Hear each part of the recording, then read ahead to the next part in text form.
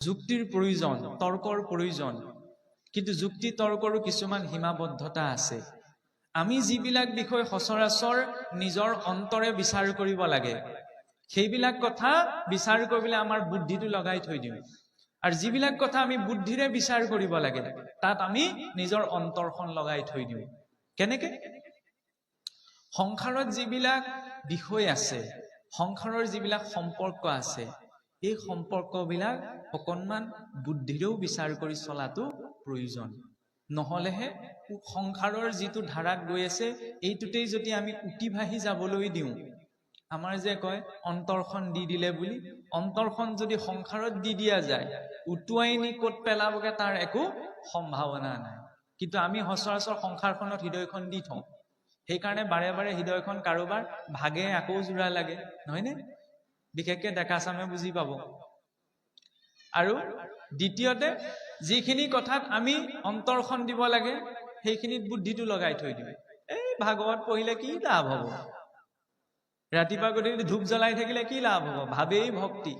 হয়, ভাৱেই ভক্তি, কিন্তু সেই কথাষাৰ কবলৈ মই সেইটো স্তৰলৈ যাবও লাগিব। আজি মোৰ ভক্তি ইমান উচ্চ স্তৰীয় নহয় যে সকলোতে মই ভগৱন্তক দেখা পাম। তাৰ বাবে নিৰ্দিষ্ট পদ্ধতিটো আচৰণ কৰাটো প্ৰয়োজন। সেই পদ্ধতিটো হৈছে এই চাকি গছ জ্বলোৱা, ধূপ গছ দিয়া, ৰাতিপুৱা গধূলা ঈশ্বৰক চিন্তা কৰা।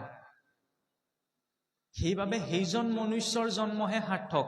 তেওঁ শাস্ত্ৰ নপঢ়িব পাৰে, তেওঁৰ জ্ঞান নাথাকিব পাৰে, কিন্তু যিজন মনুষ্যই অন্তত পুৱা গধূলা সেইজনা ঈশ্বৰক চিন্তা কৰিছে, সেইজন মনুষ্য হৈছে প্ৰকৃত বুদ্ধিয়। কিয় তেওঁক বুদ্ধিয়ক বুলি কোৱা হৈছে? আমি ভাবি থাকো কি এই কাৰোবাক অকণমান বুদ্ধিৰে ঠগি পেলাই দুপইচা সৰহকে অৰ্জন কৰাটোৱে বুদ্ধিৰ লক্ষণ। নহয়, সেইটো মূৰ্খামিৰ লক্ষণ। কাৰণ তেওঁ জনা নাই। কাৰণ মই আপোনাক ঠগিব পাৰিম, আপুনিও মোক ঠগিব পাৰিব, কিন্তু লগত যি 14 সাক্ষী আছে তাক আমি ঠগিব নোৱাৰো। কৰ্ণত দিগগণ, নাসিকাত অশ্বিনী কুমাৰ, জিহ্বাত বৰুণ, মুখত অগ্নি, পদত বিষ্ণু, হস্তত ইন্দ্ৰ, বুদ্ধিত বাসুদেৱ, মনত চন্দ্ৰ, অহংকাৰত ৰুদ্ৰ, গুহ্যত মিত্ৰ, লিংগত প্ৰজাপতি। কাণেৰে কি কি শুনিছে, মুখেৰে কি কি কৈছে, জিভাই কি কি সোৱাদ লৈছে, সকলো ৰেকৰ্ড জমা হৈ গৈ আছে।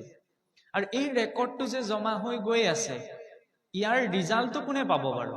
আপুনি ময়ে নাপাম নে? মহাভাৰতত বৰ সুন্দৰ প্ৰসংগ এটি আহে। এদিন ব্যাসদেৱে কি কৰিছিল? সন্ধ্যা কৰ্ম কৰিবৰ বাবে গংগাৰ পাৰলৈ চিকিমিকি সময়ত বাট লৈছিল। আৰু তেনেকুৱাতে বাট লওঁতে তেওঁৰ দৃষ্টি গল এই পথটোৱেদি পাৰ হৈ যোৱা পৰুৱা এটাৰ ওপৰত। আৰু ব্যাসদেৱ জ্ঞানৰ অৱতাৰ আছিল। ব্যাসদেৱ সৰ্বসামৰ্থ্য সৰ্ববিদ্যাত পাৰ্গত আছিল। সেইবাবে পোক পৰুৱা চৰাই চিৰিকটি পশু পক্ষীৰো ভাষা তেওঁ বুজি পাইছিল। আৰু তেওঁ সেইটো জিজ্ঞাসা উপজিল। কাৰণ প্ৰকৃত জ্ঞানী মানুহজনৰ লক্ষণ কোনখিনি? তেওঁ সৰুতকৈও সৰু বস্তুটো বহু সতৰ্কতাৰে নিৰীক্ষণ কৰে। ব্যাসদেৱে যেতিয়া পৰুৱাটোক দেখিলে যে বৰ খৰকে পৰুৱাটোৱেও বাটটো পাৰ কৰিব বিচাৰিছে, তেতিয়া সেই পৰুৱাটোৰ ভাষাতে ব্যাসদেৱে সুধিলে যে হেৰা, তুমি ইমান খৰধৰ গৈ কলৈ যোৱা? তেতিয়া পৰুৱাটোৱে নিজৰ ভাষাতে ব্যাসদেৱক কৈছে যে হে ব্যাসদেৱ, এই মই ঘৰকে গৰু গাড়ী এখন আহি থকা শব্দটো শুনিছো। এতিয়াই যদি মই পাৰ হৈ নাযাওঁ, তেতিয়ালে গৰু গাড়ীখনৰ চকাৰ মাজত সোমাবলৈ হলে মোৰ প্ৰাণবায়ু ওলাই যায়। তেতিয়া ব্যাসদেৱে হাঁহিছে পৰুৱাটোৰ ওপৰত যে ইমান এটি ক্ষুদ্ৰ জীৱ, কিন্তু সেই ক্ষুদ্ৰ জীৱটোৰ শৰীৰটোৰ প্ৰতি মোহ চাও, যে সি ভয় কৰিছে কিজানি গৰু গাড়ীখনৰ চকাটোৰ মাজত সোমাই সি নিজৰ মৃত্যুক আঁকোৱালি লবলগীয়া হয় নেকি। তেতিয়া ব্যাসদেৱে হাঁহিছে যে ইমান ক্ষুদ্ৰ জীৱটোৰ শৰীৰটোৰ প্ৰতি ইমান মোহ। তেতিয়া পৰুৱাটোৱে এটা কথা কৈছে যে হে ব্যাসদেৱ, আজি আপোনাৰ এই ব্যাসৰ শৰীৰটোৰ সৈতে যিমানকণ মৰম আছে, মোৰো এই শৰীৰটোৰ সৈতে সিমানেই মৰম আছে।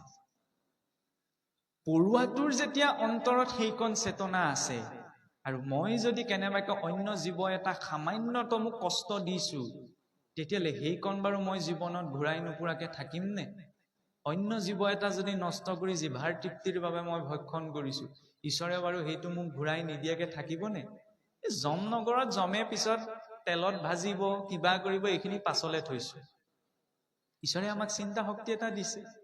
সাক্ষী ৰূপত চোন জয় বিজয় আমাৰ সন্মুখত গুৰুৱে আমাক শিকায় গুৰু গৃহ সোমাওঁতে সদায় বৈকুণ্ঠৰ পাৰিষত জয় বিজয় কাৰণ তেওঁলোক দুজনাৰ আজ্ঞা লৈহে ঈশ্বৰৰ স্থানত প্ৰৱেশ কৰিবা সি জয় বিজয় কিয় চিন্তা কৰিবলৈ কোৱা হয় ভগৱন্তৰ চোন 14 জনা পাৰিষদ আছে জয়ন্ত বিজয় কুমুদক কুমুদাক্ষ আদি তেওঁলোকৰ নাম নহলেও আমি জয় বিজয়ৰ নামটোৱে যে সকলোৱে জানো কিয় কাৰণ জয় বিজয় আমাক এই কথাটো মনত পেলাই দিয়ে তেওঁলোক বৈকুণ্ঠ এনেকুৱা এখন স্থান যদগত্বান নিবৰ্তন্তে যি স্থানলৈ জীৱ এবাৰ গলে আকৌ এইখন সংসাৰলৈ আহিব নালাগে কিন্তু জয় বিজয় কিন্তু সেই বৈকুণ্ঠৰ পৰা খহিব লগা হৈছে ঈশ্বৰে তেতিয়াহলে নিজৰ নিয়মকে সাল সলনি কৰি দিয়া নাই নে কিয় সাল সলনি কৰি দিলে কিন্তু নিয়ম কি আছিল সৃষ্টিৰ নিয়ম এইটোৱে আছিল যে বৈকুণ্ঠলৈ এবাৰ গলে আকৌ সংসাৰলৈ আহিব নালাগে অকণমান মাত্ৰ অহংকাৰ কৰিছিল জয় বিজয় নিজৰ ঘৰৰ মানুহকে সুধাই এৰা নাই যদু বংশ ঋষিসকলক অপমান কৰিছিল কাৰণে আৰু সুৰা পান কৰিছিল মত্ত হৈ বাবে নিজেই ধ্বংস হৈ যাবলগীয়া হয় গতিকে মই যদি এই জীৱনটোত অকণমান অহং ভাৱ লৈ কোনোবা এটা মাৰ্গত আছো ঈশ্বৰে বাৰু সঁচাকৈ মোক কৃপা কৰিবনে নিশ্চয়কৈ নকৰে সেই কথাটো আমি 100% গ্যাৰেণ্টি দি ক'ব পাৰো